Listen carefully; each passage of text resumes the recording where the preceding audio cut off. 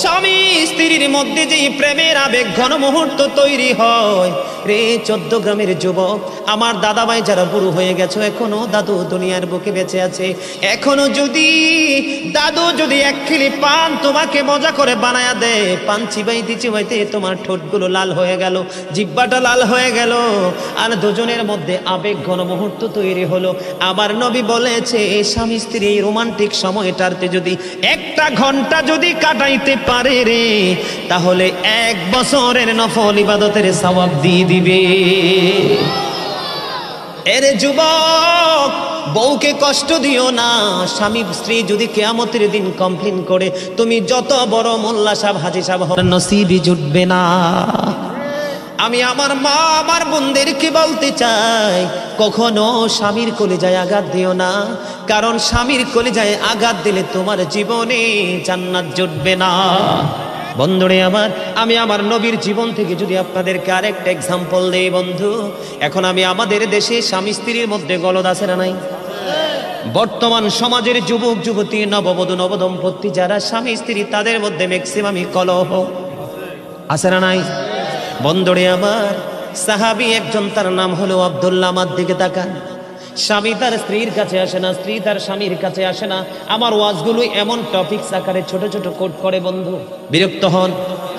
একটু আওয়াজ দরকার আছে না? এগুলো বাস্তবতার দরকার আছে না নাই? বন্ধুরে আবার, আমি আপনাদেরকে রাসূলের আদর্শ নিয়ে আজকে আলোচনা করব। চিন্তা করে এসেছে রাসূল কিভাবে আমাদেরকে দিন সম্পর্কে অ্যাক্টিভ করেছেন। বন্ধু, বিয়ে হলো সাহাবী একজনের, 3 দিন হয়ে গেল, 3 দিন 3 রাত্র পার হয়ে গেল, সে তার স্ত্রীর সাথে বন্ধু দেখা করতে এখনো আসে না। চুরিও করে না, মদও খায় না, গাঁজাও খায় না, ইয়াও করে, নেশাগ্রস্ত না। সে নামাজ পড়ে, শুধু রোজা করে আল্লাহকে ডাকে, আল্লাহর গোলামি করতেছে। দেখতে দেখতে দেখতে দেখতে বন্ধু 3 দিন 3 রাত্র পার হয়ে গেল। 3 দিন 3 রাত্র পার হয়ে যাওয়ার পরে এবার বন্ধু কি করলেন? আমার নবী ওই ছেলের বাবা বন্ধু পুত্রবধূর কাছে আসলেন। পুত্রবধূর কাছ থেকে তার ভালো মন্দ জানার জন্য এসে ডাক দিলেন বৌমাকে। বৌমা সালাম দিলেন। সালাম দেওয়ার পরে এবার ওনার পুত্র সম্পর্কে যখন জিজ্ঞেস করলো, এবার স্ত্রী একটা ডাক দিয়ে বলল, শ্বশুরকে ডেকে বলতেছে, বাবা গো, আপনার ছেলে অত্যন্ত নম্র, অত্যন্ত ভদ্র, অত্যন্ত পরেশগার, অত্যন্ত সুচরিত্রের অধিকারী, উত্তম চরিত্রের অধিকারী। বাবা, বিয়ে হয়েছে, কবুল বলে শরীয়তের আইনে বেদে আমাকে ঘরে তুলে নিয়ে এসেছে। আজকে 3 দিন পার হয়ে গেল গো, এখনো পর্যন্ত আমি আপনার ছেলেকে দেখতে পাইনি। জোরে জোরে আল্লাহু আকবার। কয়দিন পার হয়ে গেল? 3 দিন পার হয়ে গেল। বাংলা বই থেকে বন্ধু কালেক্ট করা এগুলো হাদিস শরীফ, এগুলো এই শিক্ষাগুলো আমাদের যদি গ্রহণ করতে পারি, তাহলে এই দুনিয়ায় হব আমরা ধন্য এবং পরকালে আমরা হব 100% পুরস্কার প্রাপ্ত। ঠিক কিনা বলেন? এবার বন্ধু 3 দিন হয়ে গেল, বন্ধু আসতে পারে না, এখনো পর্যন্ত ছেলেটা তার স্ত্রীর কাছে আসলো না। এবার বাবা পৃথিবীর কাউকে বন্ধু বললেন না, দৌড়ে চলে গেলেন প্রাণের নবীর কাছে, যাইয়া নবীকে সালাম দিলেন, ইয়া রাসূলুল্লাহ, ইয়া হাবিবাল্লাহ, নবী গো, ও প্রাণের নবী, আমার ছেলেটাকে 3 দিন হলো আমার সন্তানকে বিয়ে করিয়েছি, আজকে 3 দিন 3 রাত্র পার হয়ে গেল, এখনো সে তার বউয়ের সাথে দেখা করলো না। এবার আমার নবী শোনার পরে সন্তানকে ডাকলেন, ওই সাহাবী আব্দুল্লাহকে ডাকলেন। ডাকার পরে সে আমার নবীর কাছে যখন বন্ধু হাজিরা দিলেন, আমার নবী বলল, তোমার স্ত্রী তোমার একটা অংশ, কারণ তুমি শুধু নামাজে সারাদিন মসজিদে পড়ে থাকলে চলবে না। দাদা কি ভুল বলছি? সারাদিন তুমি মসজিদে সেজদা দিয়ে থাকলে চলবে না। ও বন্ধু, তুমি 3 দিন 3 রাত্র 4 দিন 4 রাত 1 মাস 2 মাস 3 মাস শুধু তুমি পথে পথে ঘুরে ঘুরে আল্লাহর গোলামি করলে চলবে না। তুমি মুমিন হতে হলে নবীর আদর্শকে তুমি আপন করে নিতে হবে। গোলামির সময় আল্লাহর গোলামি করবা, কারণ সময় যখন হবে স্ত্রীর হকও তোমাকে আদায় করতে হবে। কথা বলেন না কেন? আমার নবী তো তাকে আদর করতে পারতো না? কথা বলে না, পারতো না? সে তো মদও খায়নি, গাঁজাও খায়নি, নেশাও করেনি, জুয়াও খেলেনি, পৃথিবীর নষ্ট কোনো কাজ করেনি। বন্ধু, সে আল্লাহর গোলামিতে ব্যস্ত। আমার নবী তাকে শাসন করলেন, শাসনের ভাষাটা ছিল কোরআন হাদিসের দৃষ্টিকোণ সঙ্গত ভাষা। বন্ধু, আমার নবী বললেন স্ত্রীর হক আদায় করতে হবে, তুমি তোমার স্ত্রীর কাছে চলে যাও। আমার নবী আল্লাহর গোলামির জন্য বাস্তবতা, এটা কি ভুলে গেছে নাকি এটা মনে করিয়ে দিয়েছে? কথা বলেন না কেন? আজকে আমাদের সমাজের মধ্যে এরকম অনেক লোক দেখা যায় বন্ধু, নববধূ ঘরে রেখে কোথাও হারিয়ে যায়, অচিন দেশে হারিয়ে যায়। বন্ধু, একটা কথা মনে রাখবেন, আপনার স্ত্রী শুধু আপনার কাছে এসেছে পোশাকের জন্য নয়, খাবারের জন্য নয়, টাকা পয়সার জন্য নয়।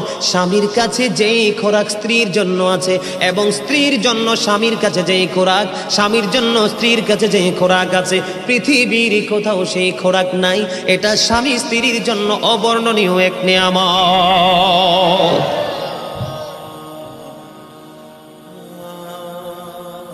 মনু হাসতাছ কির ফিন্নি, কি হইছে?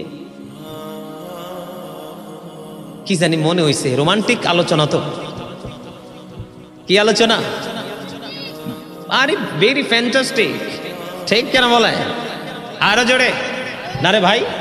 চামড়া বুড়ো হইলে কি হয়েছে? প্রেম তো আর বুড়া হয় না। প্রেম কি চামড়ায় থাকে না কালবে থাকে? কালবে থাকে। বুঝতে হবে তো।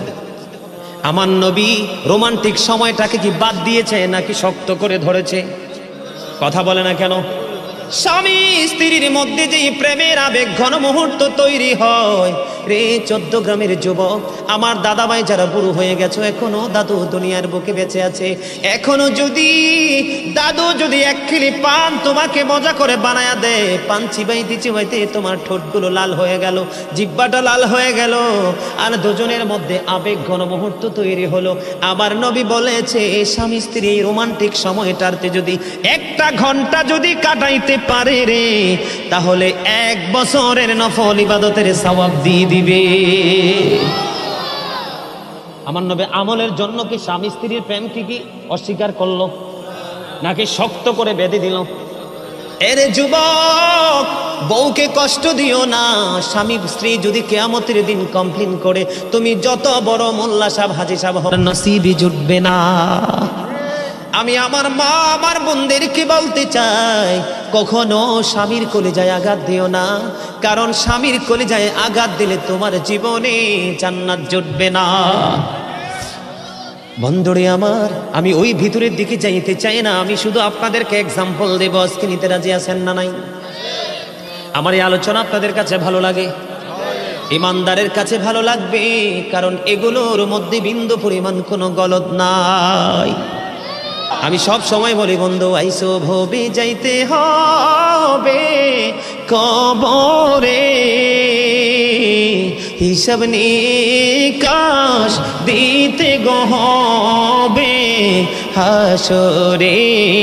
আল্লাহুম্মা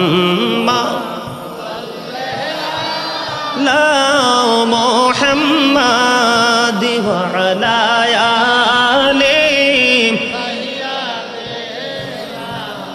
মুহাম্মাদ ওয়া আলা আলি মুহাম্মদ। কারবা বাহারি কারবা ঘর কারবা কি, যখনই চলিয়ারে যাবে প্রাণ পাখি। আল্লাহুম্মা মহব্বতে মুহাম্মাদ ওয়া আলা আলি মুহাম্মদ। জোরে জোরে বলেন আলহামদুলিল্লাহ। বন্ধুরে আমার, এই জন্য বলেছি অটো দিয়ে রিক্সা দিয়ে চিমচি দিয়ে আসলে আপনি সওয়াব থেকে বঞ্চিত হয়ে যাবেন। যার বাড়ি যত দূর সে তত বেশি নিয়ামতের অধিকারী হবে। এইগুলো হলো আমার রাসূলের আদর্শ, নবীর শিক্ষা। আজকে সেই শিক্ষা থেকে দূরে এত দূরে চলে গেছি, মনে হয় যেন সুখ ও চিনপুরে চলে গেছে। বন্ধুরে আমার, এবার আমি আপনাদেরকে আরেকটা জায়গায় নিয়ে যাব। বিশাল লম্বা জামাত শুরু হয়ে গেল, বিশেষ করে জুমার দিন অনেক লম্বা সময় মুসল্লিরা মসজিদে থাকতে হয়, হয় কি হয় না? অনেক লম্বা সময় মসজিদে থাকতে হয়। আসার পরে খুতবার বাংলা তরজমা হয়। প্রথমত মসজিদে গিয়ে বন্ধু সুন্নাত নামাজগুলো পড়ে কি পড়ে না? এখানে অনেক সময় বন্ধ পার হয়ে যায়। ইমাম সাহেব যখন মসজিদে কদমটা বাড়িয়ে দেয়, উনিও সুন্নাত নামাজটা আদায় করার পরে বাংলা তরজমা শুরু হয়ে যায়।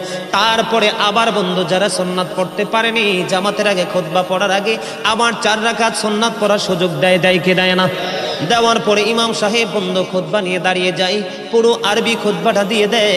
খুতবা দেওয়ার পরে বন্ধু জামাতে দাঁড়িয়ে যায়। অনেক লম্বা সময় মসজিদে পার হয়ে যায়। অনেক সময় দেখা যায় বড় বড় জামায়াতে বন্ধু মানুষের কাজের দিকে তোয়াক্কা করে না, মানুষের কর্মের দিকে তোয়াক্কা করে না। ব্যবসা বাণিজ্য নষ্ট হয়ে যাচ্ছে, সেই দিকে তোয়াক্কা করে না। কারো বাগান ধ্বংস হয়ে যাইতেছে, পানি সেচের ব্যবস্থা করতে হবে, সেই দিকে তোয়াক্কা করে না। লম্বা কেরাত ধরে বসে থাকে, আছে না নাই? কথা বলেন না কেন? আরো জোরে বলেন, আছে না নাই?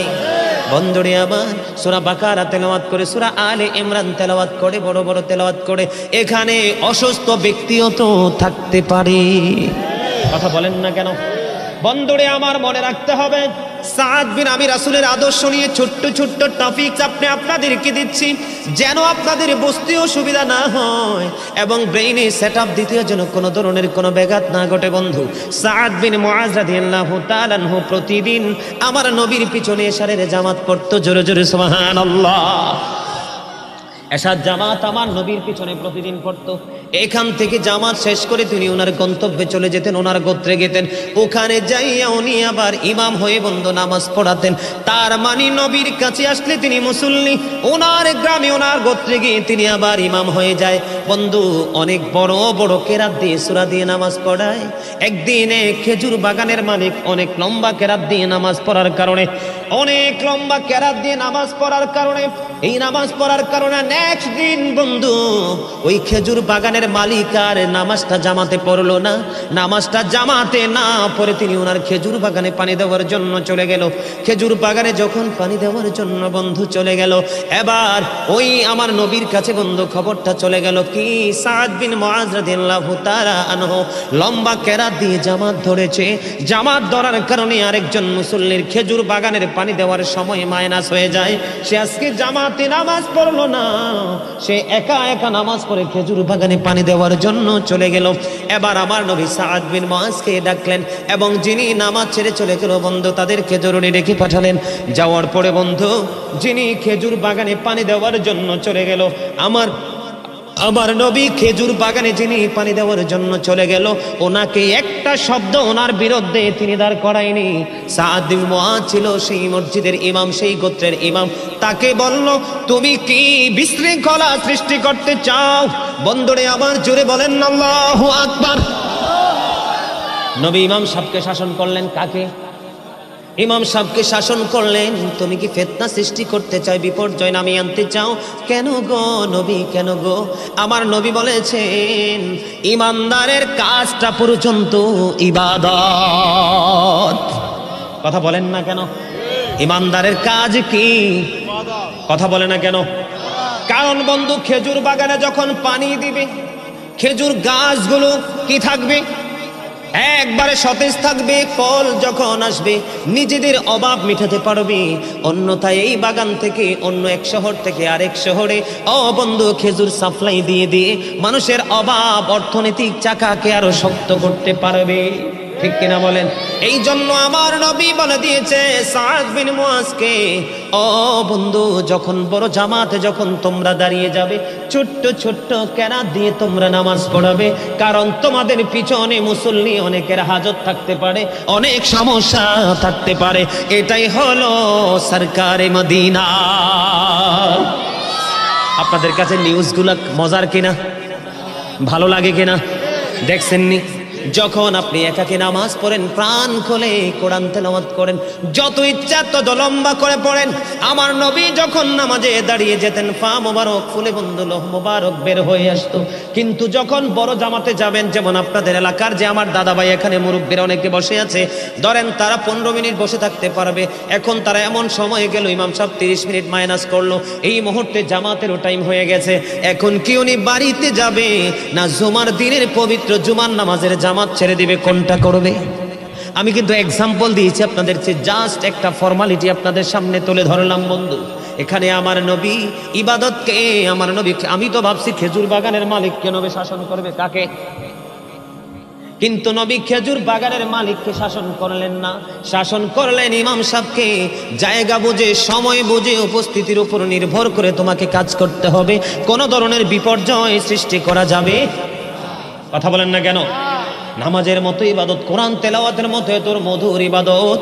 আমার নবী এখানে বাস্তবতাকেও প্রাধান্য দিয়েছেন, ঠিক কিনা বলে? এই যে খেজুর বাগানকে টিকিয়ে রাখতে হবে, সময় মতো পানি দিতে হবে, সেচের ব্যবস্থা করতে হবে, তাহলে বন্ধু শুধু কি ইবাদত দিয়ে পৃথিবী চলবে? কথা কয় না? কথা বলেন না কেন? এই জন্য আমি আপনাদেরকে বলবো বন্ধু, যখন ইবাদতের সময় হয় চট করে ইবাদত করে ফেলবেন, যখন কাজের সময় হবে কাজ করবেন, যখন অসুস্থ হয়ে যাবেন আপনার শারীরিক চিকিৎসা আপনি করবেন। একটার জন্য আরেকটাকে ছেড়ে দিতে হবে না, কারণ পরিপূর্ণতা অর্জন করতে হলে যখন যেটা, যেমন ঘুমের সময় ঘুম, খাবার সময় খাওয়া, পড়ার সময় পড়া, কলেজের সময় কলেজ, এমনি করে করে বন্ধু সেটিং করে রুটিন মাফিক কাজ করতে হবে, তাহলে জীবনটা ধন্য হয়ে যাবে। চমৎকার না? ভাল লাগে? কথা বলেন না কেন? মধুর লাগে? এবার আসেন বন্ধু, আপনাদেরকে আর একটা মজার নিউজ দিব। আমাদের দেশে মসজিদ, মাদ্রাসা, রাস্তাঘাট, কত কাজে এতিম অনাথদেরকে আমরা দান করি কি করি না? আমার নবীর আদর্শ, আমার নবীর শিক্ষা যার সিনায় থাকবে রে, এই জীবন কোনোদিনও ধ্বংস হবে না। চমৎকার একটা হাদিস শরীফ আমি আপনাদেরকে শুনবো। নবীর প্রিয় এক সাহাবী বন্ধু অসুস্থ হয়ে গেল, আমার নবী তাকে দেখার জন্য চলে গেলেন। যাওয়ার পরে এবার ওই সাহাবী ডাক দিয়া বলতেছি, ইয়া রাসূলুল্লাহ, ইয়া হাবিবাল্লাহ, নবী গো, ও প্রাণের নবী, আমার যত সম্পদ আমি সব আল্লাহর পথে খরচ করে দিব। আল্লাহু আকবার। কি করে দিব? আমি সব সম্পত্তি আল্লাহর পথে আমি খরচ করে ফেলবো। এবার আমার নবী বললেন, না না, তুমি সম্পত্তি খরচ করতে হবে না, কারণ তোমার সন্তানগুলো তুমি মৃত্যুবরণ করার পরে অন্যের কাছে হাত পাতবে, এটা কখনোই করা যাবে না। বরংস তোমার সন্তানকে তুমি সম্পদশালী করে যাও, হালাল উপার্জন দিয়ে তারা যেন তোমার ইন্তেকালের পরে যেন ভিক্ষা করতে না হয়। জোরে বলেন না সুবহানাল্লাহ? আরো জোরে বলেন না সুবহানাল্লাহ? এবার আমার নবীকে বলল, বন্ধু নবী গো, তাহলে কি আমি অর্ধেক দিয়ে দিব? নবী বললেন, না না, অর্ধেক দেওয়ার প্রয়োজন নেই, তোমার সন্তানের জন্য তুমি রাখো। তারপরে বলল, ইয়া রাসূলুল্লাহ, তাহলে কি আমি 3 ভাগের 1 ভাগ দান করব? তারপরে নবী তাকে সম্মতি দিয়েছে। এখানে নজর দেন, কত চমৎকার ইসলাম, কত চমৎকার বন্ধু নবীর জীবন আদর্শ, আমাদের জন্য শিক্ষা। দেখেন নবী বাস্তবতাকে কত প্রাধান্য দিয়েছেন, ঠিক কিনা? আপনারা এই জন্য বলছি বন্ধু, আপনি আপনার সন্তানের জন্য রেখে যাবেন, ওয়ারিসের জন্য রেখে যাবেন, এবং আপনার পরপারের বাজার হিসাবে দান করবেন। জোরে জোরে বলেন না সুবহানাল্লাহ? বন্ধুরা আমার, আব্দুল্লাহ ইবনে মাসউদ রাদিয়াল্লাহু তাআলা আনহু থেকে হাদিসখানা বর্ণিত। হাদিসখানা এসেছে বুখারী এবং মুসলিম শরীফের মধ্যে। আমার নবী, আপনার নবী সাহাবায়ে কেরামদেরকে প্রশ্ন করলেন, তোমাদের মধ্যে এমন কি কেউ আছো নিজের সম্পদের চাইতে ওয়ারিসের সম্পদ বেশি পছন্দ করো? এবার সাহাবায়ে কেরাম ডেকে ডেকে বললেন, ইয়া রাসূলুল্লাহ, ইয়া হাবিবাল্লাহ, নবী গো, আমাদের মাঝে এমন তো কেউ নাই গো যে নিজের সম্পদের চাইতে ওয়ারিসের সম্পদ বেশি পছন্দ করে। এবার আমার নবী বললেন, যারা ইন্তেকাল করার আগে, মৃত্যুবরণ করার আগে আল্লাহর সন্তুষ্টির জন্য দান করে যায়, এই সম্পদগুলো হলো তার নিজের সম্পদ। আর পৃথিবীতে জায়গা জমিন গহনা টহনা টাকা পয়সা যা কিছু রেখে যায়, এগুলো সব হলো তার ওয়ারিসের সম্পদ। জোরে জোরে আল্লাহু আকবার। আমার কথা বুঝেন নাই? তার মানে একবার ভেঙে দেই, মানুষ যখন মারা যায় পৃথিবীতে তার যে অর্জিত সম্পদ, এগুলা কি আর মালিকানা দাবি করতে পারে? এগুলোতে আইসা মালিকানা দাবি করতে পারে? নিতে পারে? পারে না। এগুলো তার ওয়ারিশ খাবে, তার আপন স্বজন খাবে, নষ্ট হলে পথভ্রষ্ট পাতে খরচ করবে, ঠিক কিনা বলেন? ইমানদার হলে ভালো কাজে খরচ করবে। এই দিকে দেখেন নবী বলেছেন, তুমি দানও করে যাও এবং তোমার সন্তানের জন্য রেখেও। নবী কি বাস্তবতাকে অস্বীকার করেছে? সন্তান বাঁচতে হবে, খাইতে হবে, চলতে হবে, তাদের জীবনে অর্থের প্রয়োজন আছে, পৃথিবীর ফর্মালিটি মেনটেন করতে হবে, এটাকে কি নবী অস্বীকার করেছে? নবীতে পারতো সবগুলো দানের অর্ডার দিতে পারতো, কিন্তু আমার নবী বলেছেন 3/1 কথা যখন বলল তখন নবী একটু সমর্থন দিয়েছেন। এটা কিন্তু আমাদের জন্য বড় ধরনের একটা শিক্ষা। বন্ধুরে আমার, 3 জন রাসূলের জামানায় সিদ্ধান্ত নিল যে নবীর আমলের তুলনায় আমাদের আমল একবারে তুচ্ছ, নবীর আমলের তুলনায় আমাদের আমল বড় নগণ্য। হাদিস শরীফের মধ্যে সে যে 3 জন ব্যক্তিবন্ধু সিদ্ধান্ত নিল। কয়জন? 3 জন সিদ্ধান্ত নিলে একজন বলতেছে আমি বিরামহীন ভাবে কন্টিনিউ রোজা রাখতে থাকবো, আর একজন বলতেছে আমি সারাক্ষণ ইবাদতরত অবস্থায় থাকবো, আর একটা বলতেছে আমি ইবাদতে এত বেশি ব্যস্ত থাকবো আমি আমার স্ত্রীর কাছেও যাব না। 3 জন। কয়জন? এবার নবী শুনতে পাইলেন, আবার নবী আবার একটা ডাক দিয়ে বললেন ক্বালা আইয়ুকুম মিথলি, তোমরা কে আছো আমার মতো? আল্লাহু আকবার বলেন না। নবীর মতো কি কেউ আছে? আপনারা কেউ যদি বলেন নবী আপনার মতো, ঈমান থাকবো নি? নবী কি আপনার মতো? এই পৃথিবী থেকে সূর্যটা 9,13,00,000 মাইল দূরে। সূর্যের আলো পৃথিবীতে আসতে সময় লাগে মাত্র 8 মিনিট 20 সেকেন্ড। প্রতি সেকেন্ডে 1,86,000 মাইল বেগে পৃথিবীর দিকে ছুটে আসে। এই পৃথিবী থেকে আপনাদের এই জমিন থেকে চাঁদ বন্ধু মাত্র 1,40,000 মাইল দূরে। 1969 সনে নীল আর্মস্ট্রং $50 লক্ষ কোটি ব্যয় করে 2 বন্ধুকে নিয়ে তিনি চাঁদের দেশে গিয়েছিলেন। ওখান থেকে বিন্দু পরিমাণ বালুকণা নিয়ে পৃথিবীর বুকে ফিরে এসেছে। আপনার আমার নবী এই পৃথিবী থেকে বন্ধু ইশারা করতে দেরি 1,40,000 মাইল দূরে 2টা টুকরা হইতে দেরি হয় না। নবী আপনার মতো জীবনে বলবেন? কেউ বললে তাকে সমর্থন দিবে? নবী চ্যালেঞ্জ ছড়ে দিয়েছেন আজ থেকে 1,500 বছর আগে, ক্বালা আইয়ুকুম মিথলি, তোমরা কে আছো আমার মতো? কেউ আছে? আরে জোরে বলেন আছে? আপনি যদি থুতু নিক্ষেপ করেন কারো গায়ে পরে আপনাকে মাইরা তক্তা করে ফেলবে, কিন্তু আমার নবী যখন থুতু মুবারক নিক্ষেপ করতো সাহাবাই কেরাম হাত পেতে সবগুলো উঠিয়ে মুখে মেসেজ করে দিত, তখন তার স্কিনটা সিল্ক হয়ে যেত। উহুদের যুদ্ধে নবীর রক্ত মোবারক প্রবাহিত হলো, দান মোবারক শহীদ হলো। মালিক বিন সিনান দেখে সহ্য করতে পারলো না, বন্ধু দৌড়ে চলে গেল প্রাণের নবীর কাছে। নবী গো, সইতে পারছি না। আমার নবী রক্ত মোবারক চষতে শুরু করলো। মালিক বিন সিনান, নবী বলল ফালায়া দাও ইয়া রাসূলুল্লাহ, আল্লাহর ইজ্জতের কসম করে বলছি গো নবী, আমি আপনার একটা ফোঁটা রক্ত উহুদের জমিনে পড়তে দিব না গো নবী।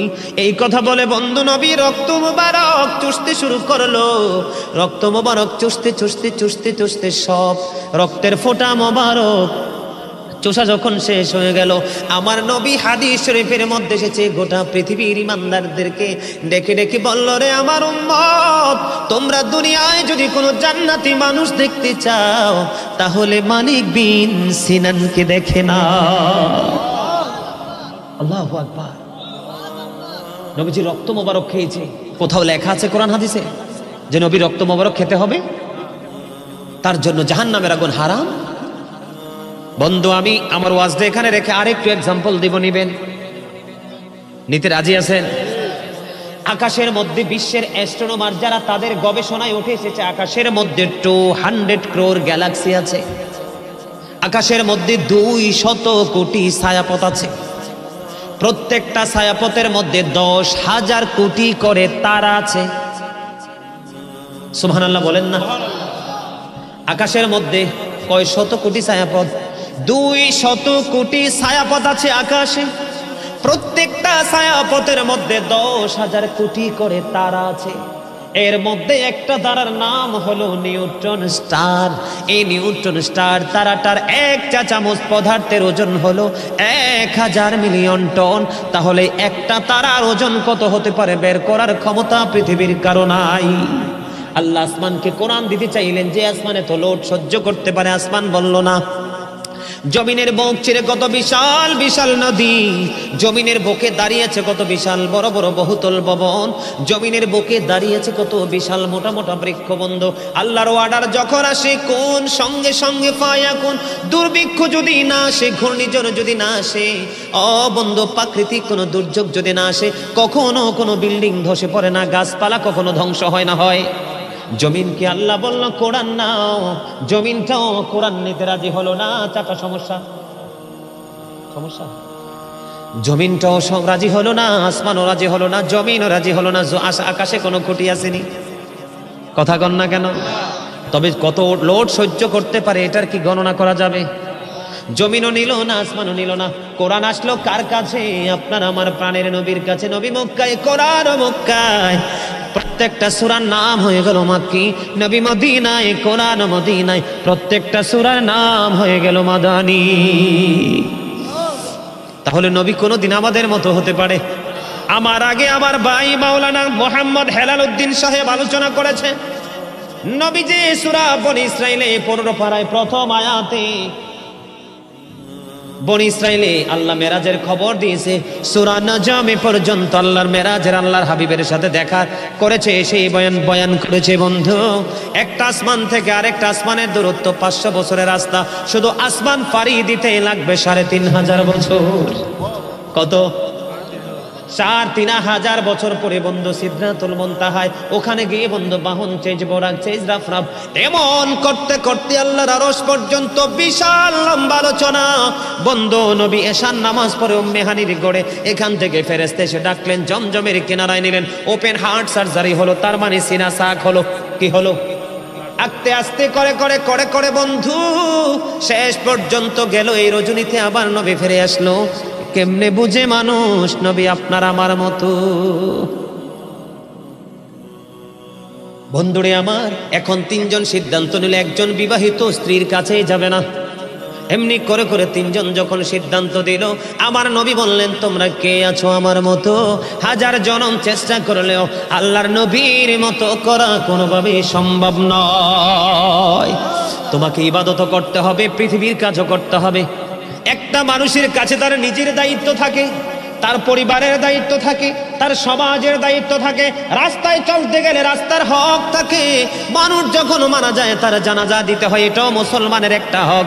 নাচ দেখা হওয়া মাত্র সালাম দিতে হয়, ক্ষুধার্তকে বন্ধু খাবার খাওয়াইতে হয়, হাঁচি দিলে তার জবাব দিতে হয়, অসুস্থ হলে তার সেবা করতে হয়, কেউ ডাক দিলে তার ডাকে সাড়া দিতে হয়, মৃত্যুবরণ করলে তার জানাজায় অংশগ্রহণ করতে হয়।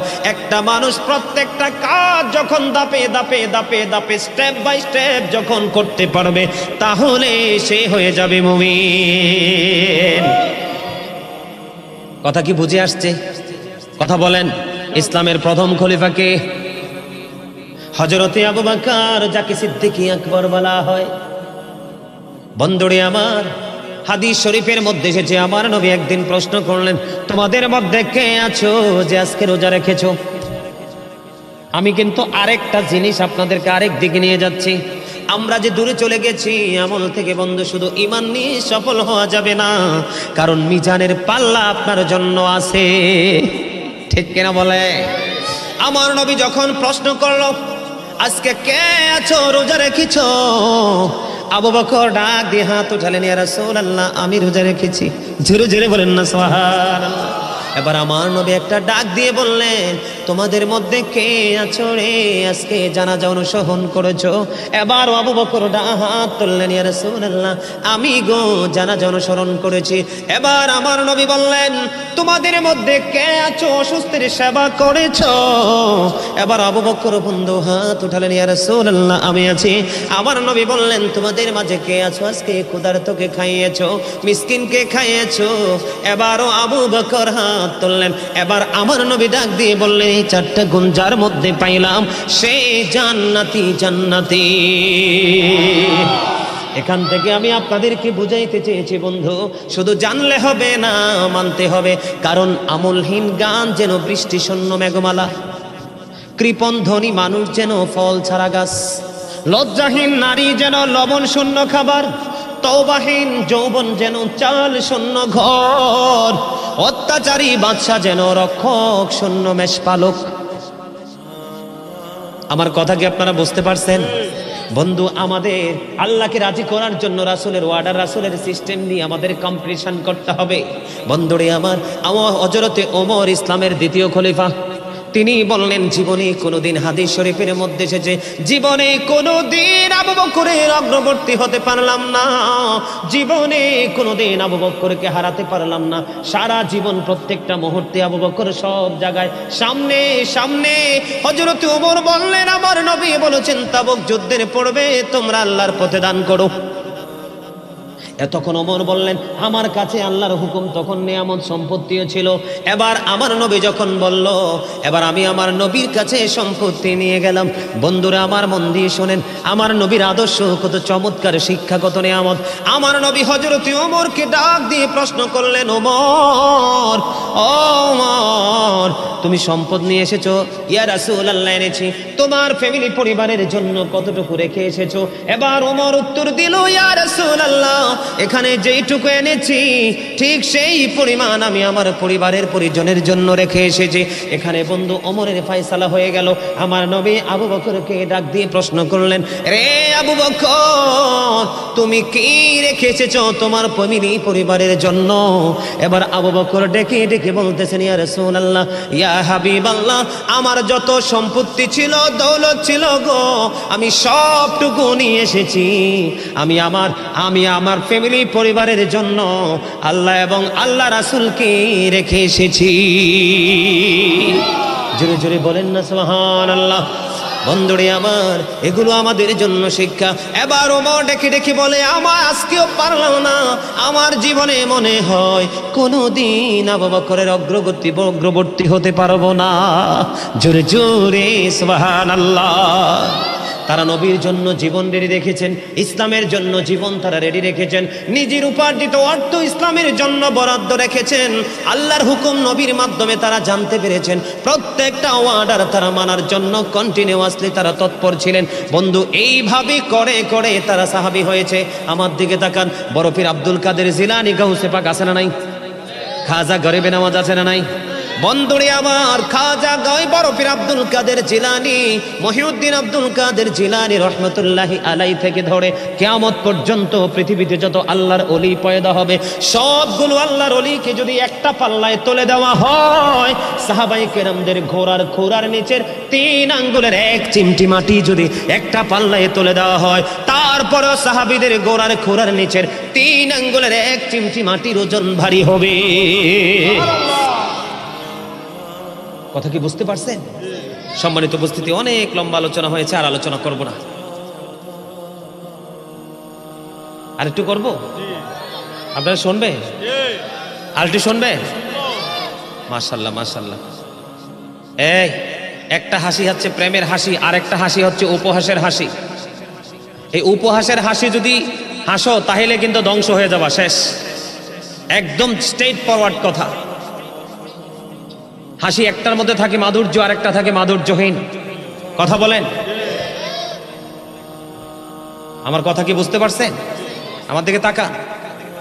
তো এই যে আমি কথাগুলো বললাম, এই কথাগুলো থেকে কি আপনারা কিছু অনুভব করতে পারছেন? আমি বোঝাইতে চাই আপনাদেরকে, আজকের যে মাহফিলটা হলো, এই মাহফিলের জন্য কিন্তু আমি আমার আজকের দিনে ফ্যামিলি, পরিবার, আমার আপন স্বজন, আমার পাড়াপড়শি, তাদের প্রতি আমার যে দায়িত্ব আছে, মাহফিল করতে হবে, মাহফিলে আসতে হবে, এই জন্য আমি তাদের দায়িত্বকে অবহেলা করে এড়িয়ে দিব, এইরকম কোনো শিক্ষা আমার নবী দেয় নাই। আমি আপনাদেরকে এটাই বুঝাইতে চেয়েছি। সম্মানিত উপস্থিতি, আমি আপনাদের সকলকে বিনীতভাবে অনুরোধ করব, এখন বর্তমান প্রেক্ষাপট নিয়ে একটু আলোচনা করব, যেহেতু এখানে ইয়াং ম্যানরা আছে, একটু আলোচনা করা দরকার না? নিতে দরকার আছেন তো? আপনারা নিতে প্রস্তুত আছেন তো? আপনাদের এলাকায় কি বিয়ে শাদীতে গান বাদ্যযন্ত্র হয়? হয়? ইমাম সাহেবরা কি আবার ওই বিয়ে বাড়িতে যাইয়া দাওয়াত খায়? টাকা পয়সা হলো? নাউজুবিল্লাহ, নাউজুবিল্লাহ বলেন। কারণ এই স্টেজে যদি, আমার কথা শোনেন, ধরেন একটা এক্সাম্পল দিয়ে, 2 দিন ব্যাপী মাহফিল, হ্যাঁ, গতকালকে যদি এই স্টেজে গান বাদ্যযন্ত্র হতো, আজকে কিন্তু এই স্টেজেই প্যান্ডেলে দিনের দাওয়াত কোনোদিনও হতো না। কারণ যেখানে হারাম কাজের সূচনা হয়, সেখানে কখনোই হালাল কাজ হতে পারে, এটা হারাম। বর্তমান প্রেক্ষাপট, যুব সমাজদেরকে নিয়ে একটা কথা বলবো। The music and musical instrument will be increased.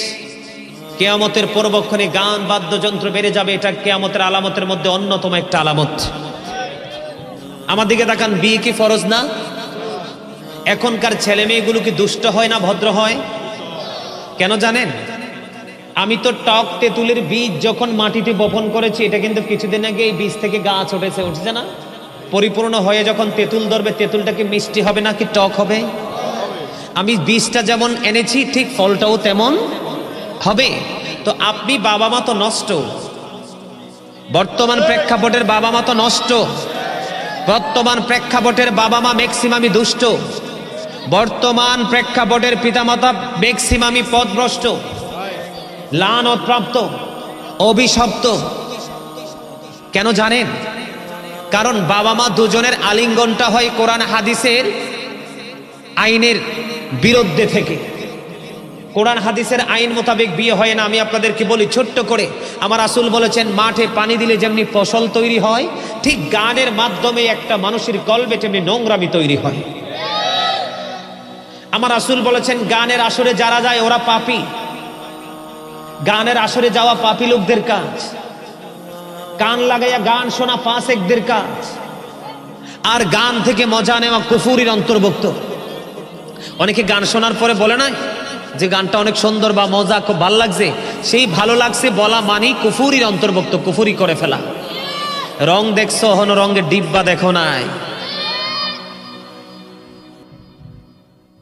কি বলছি বুঝতে পারছো? তামাশা শুরু করেছো, তামাশার শেষটা দেখো নাই। তোমাদের যেই বর্তমান ইয়াং মেন যারা আছো, তোমরা ম্যাক্সিমামই পথভ্রষ্ট। বন্ধুরে আমার নবী আরো জানিয়ে দিয়েছেন 14 গ্রামে ওয়াইয়াহুজ্জুন, তারা হজ করবে। 14 গ্রামের যুবক হাসি হাসো না। যারা হাসতেছো তোমাদের হাসিটাও কলঙ্কজনক হাসি, কারণ আমি বলছি কোরআন হাদিসের কথা আর তুমি করছো তামাশা। তুমি বেয়াদব এবং সীমালঙ্ঘন হওয়ার জন্য এইটুকুই যথেষ্ট, ঠিক কিনা বলেন? আল্লাহ বলেছেন ইন্নাল্লাহা লা ইয়াহদি মান হুয়া মুসরিফুন কাযাবুন। আসরা নাই? আল্লাহ বলেছেন ইন্নাল্লাহা লা ইয়াহদি মান হুয়া মুসরিফুন কাযাব। আল্লাহ রাব্বুল আলামিন বলেছেন মিথ্যাবাদী এবং সীমা লঙ্ঘনকারীদেরকে আল্লাহ সৎ পথে পরিচালিত করেন না, হেদায়েত দেয় না। মিথ্যা বললাম। আল্লাহ রাব্বুল আলামিন বলেছে বন্ধু, নবী বলেছেন আল্লাহ মানবে, রাসূল মানবে, হজ করবে, নামাজ পড়বে, রোজা রাখবে, আর রাসূলুল্লাহ তারপরেও কি তাদের এই সাজাটা বহাল থাকবে? নবী বলেছে হ্যাঁ, তারপরেও তাদের এই সাজাটা বহাল থাকবে, কারণ তারা গান বাদ্যযন্ত্রের আসর বসাইবে। বুঝতে হবে। এই জন্য বলছি রং দেখছো, রঙের ডিব্বা দেখছো না। তামাশা শুরু করেছো, শেষটা দেখো নাই। চাবুক দেখেছো, চাবুর বেত্রাঘাতের কত যন্ত্রণা সেটা দেখো নাই। কি মনে করেছো তোমরা এই পাওয়ার যেই কোনো মুহূর্তে লেস হয়ে যেতে পারে? Just time, no complain and no argument. কোনো তর্ক, কোনো বিতর্ক, কোনো ধরনের কোনো কিছু চলবে। আমি যে বলেছিলাম মনে আসেনি? মানুষের এই একদম চুপ, একবারে চুপ না থাক, এরা থাক, এদেরও দরকার আছে, কারণ এরা আলোচনা শুনতে শুনতে একদিন বুঝবে দোষ তো আপনাদের মুরব্বীদের। আপনারা আগে আসতে পারেন নাই? আপনারা মসজিদেও পিছনে যেয়ে বসেন, একবারে বারান্দায় 0 পয়েন্টে বসেন। আজানের টাইম দিলে চিন্তা করেন, ঘড়ি দেখেন জামাত কখন হবে, জামাত কখন হবে, জামাতের টাইম ধরে ধরে মসজিদে যান। আপনারা আগে আসতে পারেন না? জুমার দিনে যাইয়া দেখি প্রথম কাতারে বাচ্চারা বসে আছে। আরে এগুন আর হেগুন ব্যাগুন একরকম, ঠিক কিনা বলেন? ব্যাগুন একই রকম। আমি এদেরকে আন্তরিক মোবারকবাদ জানাই। আরে মনে করবেন যেদিন মনে করবেন বাচ্চারা একবারে সাইলেন্ট হয়ে গেছে, চুপ হয়ে গেছে, মনে করবেন কিয়ামত খুব কাছে। বাচ্চা, এদের স্বভাবই হবে বাচ্চার মতো। এদেরকে আদর দিয়ে ভালোবাসা দিয়ে ধীরে ধীরে গড়ে তুলতে হবে। আপনারা জানেন কয়টা বাবা মা সন্তানের দায়িত্ব পালন করছেন? যদি বাবা মা সন্তানের দায়িত্ব পালন করতেন, আজকে আপনার ছেলে মসজিদ ছেড়ে গানের আসরে যেত না। হাইয়া আলাস সালাহ শোনার পরেও বন্ধুরবাসী বাজারে আমার কানে কানে সেই সুরে কান দিত না। কয়টা বাবা মা দায়িত্ব পালন করেছেন? রাসূল বলেছেন আদিবু আওলাদাকুম আলা সালাসি হিসালিন হুব্বি নবীকুম ওয়া হুব্বি আহলি বাইতিহি ওয়া আলা কিরাআতিল কোরআন। রাসূল বলেছেন তোমরা তোমাদের সন্তানদেরকে তিনটি বিষয় শিখাও। একটা হলো হুব্বি নবীকুম, teach the love of the prophet, নবীর প্রেম শিখাও। ওয়া হুব্বি আহলি বাইতিহি, ও টিচ ফ্যামিলি লাভ, নবীর পরিবারের ভালোবাসা শিখাও। এরপরে বলেছেন ওয়া আলা কিরাআতিল কোরআন, learn to recite the holy Quran, কোরআন তেলাওয়াত শিখাও। কয়টা বাবা মা সে দায়িত্ব পালন করছেন? বাচ্চাটা একটু মাথা তোলা হইলে নিয়ে ভালো করে খাইতে জানে না, বাবা এবিসিডি পড়ো, আলিফ বাতা পড়ানোর কোনো খবর নাই। আজকে সমাজে দায়ী আপনারা, আমরা। বাবারা মনে রাখতে হবে, আমার দিকে তাকান, every parent should take care their children very carefully. প্রত্যেকটা পিতামাতার উচিত তাদের সন্তানের দায়িত্ব যত্ন সহকারে পালন করা। আর আমরা সন্তান হিসাবে we should Obi our parents, আমাদের প্রত্যেকের উচিত আমাদের পিতামাতাকে মান্য করা। কথা কি বুঝতে পারছেন? আপনি মোবাইলে গান শোনেন, ঘরে টিভির পর্দায় শোনেন, বিয়ে বাড়িতে যায় শোনেন, অথবা টাকা খরচ করে গানের আসর বসান, অবস্থা কখনোই ভালো হবে না। আপনি যখন গান বাদ্যযন্ত্রের মাধ্যমে বিবাহের সূত্র তৈরি করবেন, এই বাচ্চা দেখবেন ওয়া ওয়া বলে কাঁদবে, একটা দুইটা কথা বলতে পারে, খাবার খাওয়াইতে পারবেন না, মোবাইলটা দিতে দেরি, বাচ্চা দেখবেন চুপ হইতে দেরি হবে না। এটাই বাবা মার জন্য সবচেয়ে বড় অভিশাপ। মনে করতে হবে। এই আমার দিকে তাকান বন্ধুরে আমার, আগামী দিনে দেখবেন বাংলাদেশ মেধাশূন্য হয়ে যাবে। কি হয়ে যাবে? মনে রাখবেন, গাজী সুলাইমান আল কাদরি একটা কথা বলবে, কারণ বন্ধু তাদের প্রতিভাকে বিকাশ করার জন্য কোনো এক্সাম্পল তারা দিতে চায় না, কোনো এক্সাম্পল নিতে চায় না, কোনো প্লেসকে তারা বেছে নিতে চায় না। জন্মের পরে মোবাইল নামক এক অভিশপ্ত বস্তু তার হাতে চলে আসে, এটার মধ্যে যত দুষ্ট, যত চরিত্রহীন, যত নোংরামি, সব কিছু দেখে দেখে বাচ্চার বিবেকটাকে শুরু থেকে মস্তিষ্ককে একবারে ধ্বংস করে দেয়। এখান থেকে বেরিয়ে আসতে হবে। জাতিকে উন্নতির ধারাবাহিকতা ধরে রাখতে হলে বন্ধু এখান থেকে আমাদেরকে সচেতন হয়ে আসতে হবে। এবার আমি যদি যাই বন্ধু, আরেকটা টপিক দিব, নিবেন কিনা? ম্যাক্সিমাম যুবকের পরনে জিন্স প্যান্ট। আমাকে রিসিভ করার জন্য কয়েকটা মোটরসাইকেল গেল, নজর দিয়ে চাইয়া দেখলাম এখানে আমার লগে একটা আছে, এটাও গেছিল মনে হয়, গেছিল না আগে আনতা, একটা গেছে, এটার পরনেও জিন্স প্যান্ট আছে না নাই? ওই এনে একটা বৈশা রয়েছে টুপিওয়ালা, জিন্স প্যান্টওয়ালা আছে না নাই? ওই আমার লগে আইছে আমার একজন সঙ্গী, হ্যাঁ ও সরকারি চাকরি করে, কিন্তু দেখতে বেড়া ছোট্ট, বেড়া কি সুইটটা, কিন্তু খোলে শুধু গিটটা। আমার লগে জিন্স প্যান্ট পরে এসেছে বন্ধু, আমার দিকে তাকান। ম্যাক্সিমাম যুবক জিন্স প্যান্ট পরেছো, কলঙ্কজনক পোশাক রে, তোমরা জানো না? সূরা আরাফের 26 নম্বর আয়াতে আমার দিকে তাকান। আল্লাহ রাব্বুল আলামিন বলেছে, ইয়া বানি আদম কদ আনজালনা আলাইকুম লিবাসান ইউওয়ারি সাওয়াতিকুম ওয়া রিশান ওয়া লিবাসুত তাকওয়া যালিকা খায়র। আল্লাহ বলেছেন, হে আদম সন্তান, আমি তোমাদের জন্য পোশাক দিয়েছি, পোশাক পরো, লজ্জাস্থান রাখো, যা তোমাদের সৌন্দর্য বৃদ্ধি করে দিবে।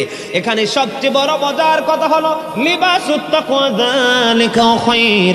আল্লাহ যত পোশাক দিয়েছে এর মধ্যে সবচেয়ে উত্তম পোশাক হলো তাকওয়ার পোশাক। বন্ধু ওয়াজ হলো এগুলো, ওই যে নবীর আদর্শের কথা বলছি। আমরা ইমানদার পুরুষ যারা, তাদের পোশাক উপর দিয়ে থাকবে নাভি বরাবর অথবা উপরে, নিচের দিক দিয়ে থাকবে বন্ধু টাকনোর উপরে। লুঙ্গি বলেন, প্যান্ট বলেন, পায়জামা বলেন, ট্রাউজার বলেন, যেটাই পরেন উপর দিয়ে থাকতে হবে নাভি বরাবর, কারণ নাভির নিচের অংশটাই লজ্জাস্থান শুরু। কথা বলেন না কেন? এবার আসেন বন্ধু, এখন বলে হুজুর জিন্স প্যান্টের কাছে কেন গেলেন? কারণ এটা মুখস্থ একটা অভিশপ্ত পোশাক, কারণ এটা কোনো ইমানদার আবিষ্কার করেনি। আমাদের জন্য ব্রাশ আবিষ্কার করে মেসওয়াকের মতো একটা সুন্নাতকে মেরে ফেলেছে বেঈমানেরা কৌশলী। বাংলার আনাচে কানাচে ফুরকানিয়া মাদ্রাসা সকাল যখন হতো, বুড়ি বুড়ে বন্ধু কোরআন তেলাওয়াতের আওয়াজ শোনা যেত। এই কোরআনকে বন্ধু হত্যা করে ফেলেছে কিন্ডারগার্টেন আবিষ্কার করে, এটা বিধর্মীদের কৌশল। আজকের পোশাক মুসলমানের লজ্জাকে ধ্বংস করে দিয়েছে।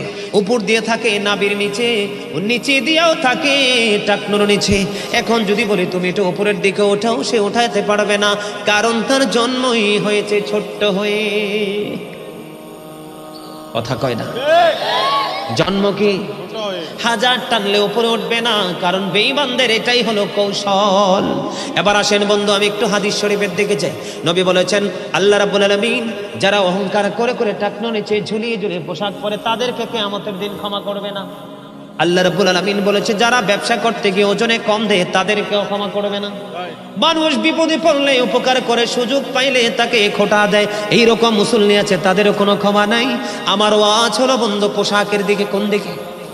এখন আপনারা বলবেন যে হুজুর নিচে দিয়ে বটে ফেলবো, আমি মেনে নিলাম নিচে দিয়ে বটবেন, আমি অ্যাকচুয়ালিটি মেনে নিলাম বন্ধু, কিন্তু উপর দিয়া কেমন করে বৈধ করবেন? আল্লাহ কন্ডিশন দিয়েছেন দুইটা, উপর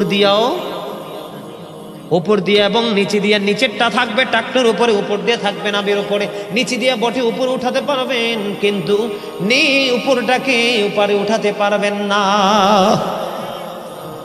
দেখছেন নাকি কৌশলে পোশাক বানিয়ে দিয়েছে? আমার দিকে তাকান। এবার এই জিন্স প্যান্ট পরে মুসল্লি মসজিদে যায় কি যায় না? আজকের পর থেকে যুবকদেরকে বলবো, কত সুন্দর পাঞ্জাবি ঘরে তাও দিয়ে রাখি, হিন্দুরার পূজার দিন পাঞ্জাবি রামায়ান আছে, কথা কন না কেন?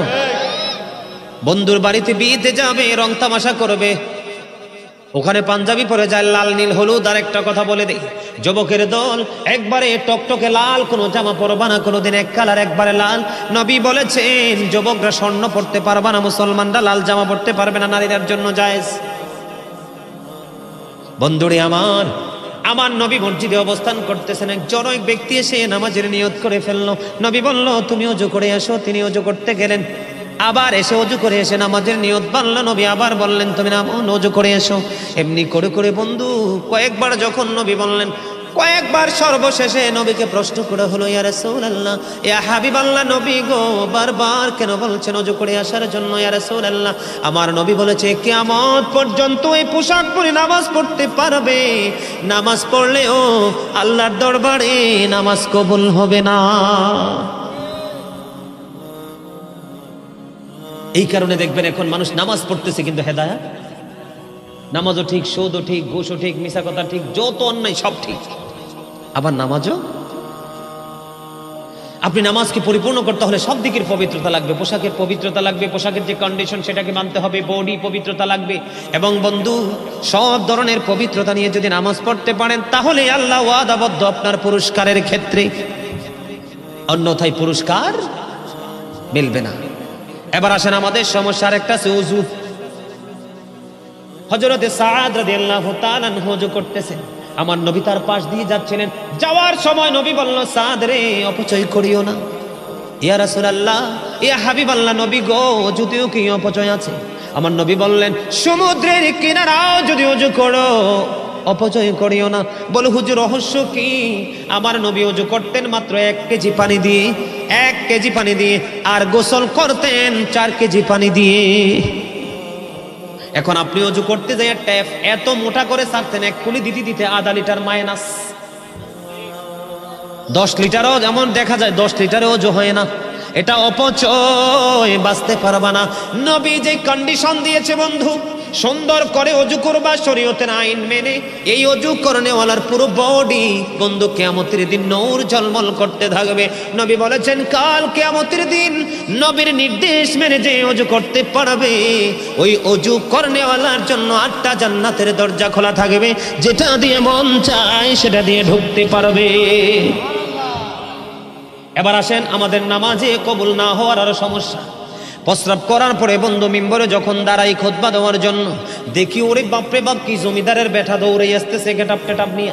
এবার প্রস্রাব খানায় গেছে, প্রস্রাব করে সাথে সাথে পানি খরচ করে মসজিদে।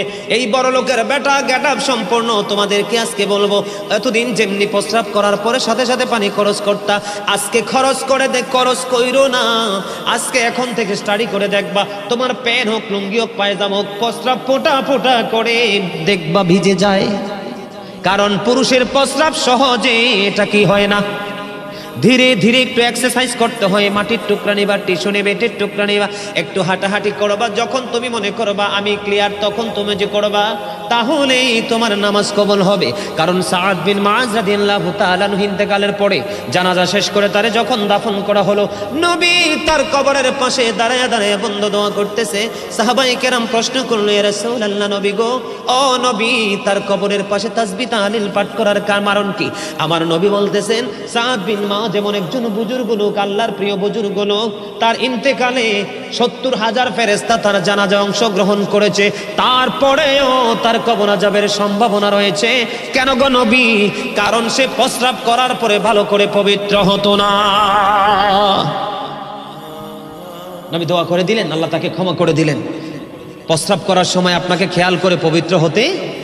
লা তুকবালু সালাতুন বিগাইরি তুহুর আলা সাদাকাতিন মিন গুলুল, পবিত্রতা ছাড়া ইবাদত কবুল। আবার হারাম টাকা যদি দান করেন সে দানও কবুল। মনে রাখতে হবে, এগুলো আমাদেরকে বুঝতে হবে। এই কথাগুলো কি আপনাদের কাছে বিরক্তিবোধ হয়? এগুলো কি জেনে রাখার দরকার না আমাদের? কথা বলেন। আরে ওয়াজ তো এগুলোই দরকার, এগুলো আমাদের জানা দরকার, ঠিক কিনা বলেন? সম্মানিত উপস্থিতি, এগুলো বেশি বেশি করে মেনে চলবেন।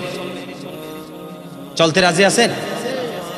আরেকটা কথা বলি, এখন মানুষ অসুস্থ হলে নবী বলেছেন অসুস্থ মানুষের সেবা করো, খোঁজ খবর নাও। এখন কিন্তু আমরা অসুস্থ, সুস্থ মানুষের খবরে রাখি না, আর অসুস্থ হইলে তো প্রশ্নই আসে না। দুইটা হাদিস শরীফ বলবো।